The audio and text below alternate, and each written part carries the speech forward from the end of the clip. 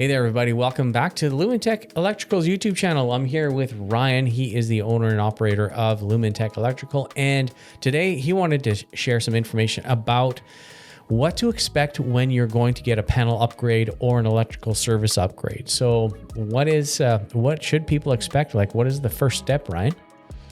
First step is reaching out to us and contacting us about a panel upgrade. Very good. Yeah, give us a call and make sure that we're going to come out and see you. What's next? Then we show up and we take some measurement. Well, first of all, we see if you even need a panel upgrade. We've had a few people call before thinking they need one because someone tried to upsell them for no reason. And if they don't need a panel upgrade, there's no point changing the panel. That's right.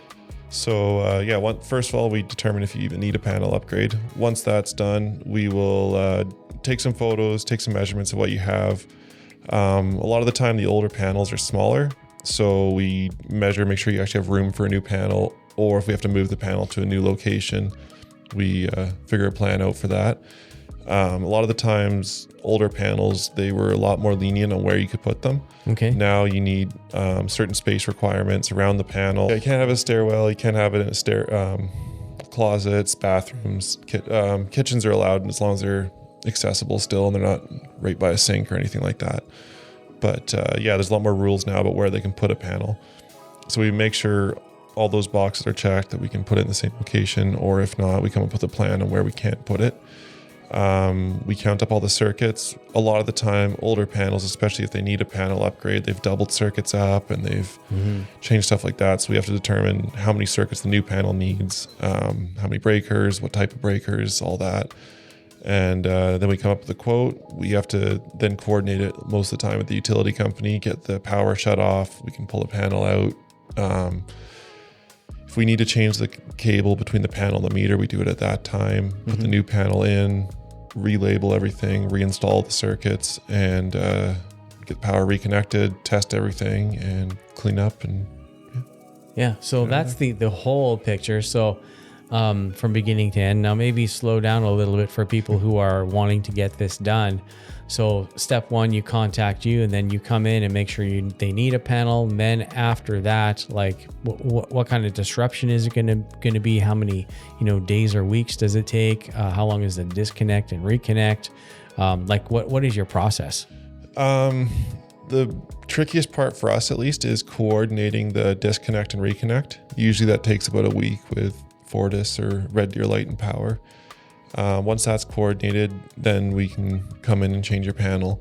It takes about a day to get the panel out, replaced, connected, tested, all that. So we're usually at the house for 6 to 10 hours, depending on how big the panel is, how big of a change it is. If it's just simply pull it out, put a new one in, it's a little faster. Yeah. Now, do you have to put in a new mast and a meter socket and all that stuff? Sometimes. If it's... it really depends. It's a kind of a case-by-case thing. Some houses need a new whole new service from the street back to the panel. A lot of the time, like the majority of ones we see, it's just the panel's too small, or there's something wrong with it. If it's the main breaker's tripping all the time and they've been discontinued and you can't find one, or it's an old Federal Pioneer and they don't want to have issues with it. Right. Then we change out just the panel. But sometimes if it's a 60 amp service, or if the overhead service is too low and they want to put a deck in there or something, and the cable will be at head height for everybody, then we'll usually put a new mast in and change all that out. Okay. Now, what should the homeowner be prepared for? Do they have to leave their house, or is it better? I guess it's different in the summer or in the winter. So maybe walk us through some of those decisions. It's not too bad. Power's obviously off, so there's no internet, anything like that. A lot of the times we will bring a generator with us, so if you need to continue working or whatever when we're working, then we can run extension cords so you can get your internet going and your computer and furnace if it's cold out. But other than that, it's not too bad, just no power. Now, when you're moving a panel, most of the circuits are already tied into where that panel is. How much work goes into, putting junction box and doing extensions and all of that in order to get to the newer location? It really depends on how far that location is from the original location. A lot of the times we're able to either go on the other side of the wall or move it over 3 feet or so, and that usually gets us in an area that's acceptable by code for a new panel. And then again, it depends on how many circuits you have and the condition of everything else in there. But a lot of the time that's almost easier because we can get all the new stuff in, and then it's just disconnect. We just change the cable from the meter, get them to reconnect it again, so they only have power out for an hour or two. Okay. Now, what are some of the main reasons for getting a panel change? A lot of the time people want to add circuits, and like say their house is older and they only had like a 16 circuit panel. They want to finish their basement or put a basement suite in. We've been seeing a lot of that lately. Current electrical code requires so many more circuits than they anticipated before. So there's just not room in the old panels. We have to change them. Right. That, or it's been a discontinued panel, or something like a stab lock panel that has a history of catching fire and not tripping. So then people just want to get rid of it.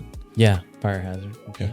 So if people want to get do a remodel renovation, and they just need more circuits because 16 circuits is not going to do it for a house today. No. Like typically when you're doing a new build, what size panels are you putting in those? It'd be a 32 circuit minimum. And that's 32 circuit or 64 if you buy tandem breakers. Yeah. So you can have up to 64 circuits. So 16, 64, and then they get bigger from there, don't they? Yes. Much bigger. You can get much bigger ones. Okay, cool. Is there anything else that people should know if they're calling you for a panel change out or a service upgrade? Not really. We can kind of, as long as we know their address and what they want done. Biggest thing is if they can tell us if they plan on adding anything in the future, because it sucks when we do a panel upgrade for someone, they call us back for something else. It would have been nice to know had they wanted to put a welding shop in the backyard that we had talked about upgrading to a 200 amp service at the same time. Or the more we know, the better we can help you. If we don't know what you're going to be doing in the future, then we can't help you the best we can. Yeah. And you recently did a panel change out in your new house that you just got. We did. Because the panel was old and you wanted to do some upgrades. So what was that like for you? It was good. It was nice because I had all the time in the world to prepare for it. We had an old stab lock panel. After changing the panel out, we really realized how bad those stab lock panels are. We tripped so many breakers because a lot of the electrical work previous to us buying it wasn't done right. So our entire basement is on one circuit, which we never thought about because it never tripped. And now it trips all the time. We have to figure a plan out to get power to the other side of a finished basement. Wow. Okay. So they didn't think of, having more than one circuit for the basement. Yeah. Excellent. Well, probably when it was first built, it had like one light, right? Yeah. I think they finished the basement after it was built. So I think and then they just went off that one light and just went everywhere. I thought, the wire goes there, so it must be good. Yeah, pretty much. Great. Okay. So lots of fun. What else? Lots. It was relatively easy. Like we were lucky that our panels in the mechanical room, so we had all the room we needed. There wasn't really much in the way of that. The kids were at daycare, so no internet, no TVs wasn't a problem. All right, perfect. The weather was cooperating, so changing out the service wasn't too bad. Great. So it wasn't minus 35 outside. And no, it was nice. The snow was melting. Good. Yeah. Great. Well, it's good that you're able to change out your panel. We're going to be showing some footage in this video somewhere of you actually doing that, so that'll be fun and interesting for people.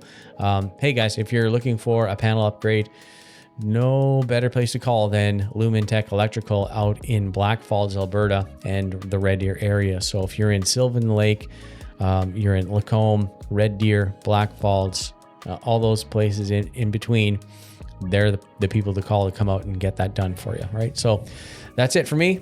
If you like this video, like, subscribe, share with a friend, and we'll see you on the next one. Thanks.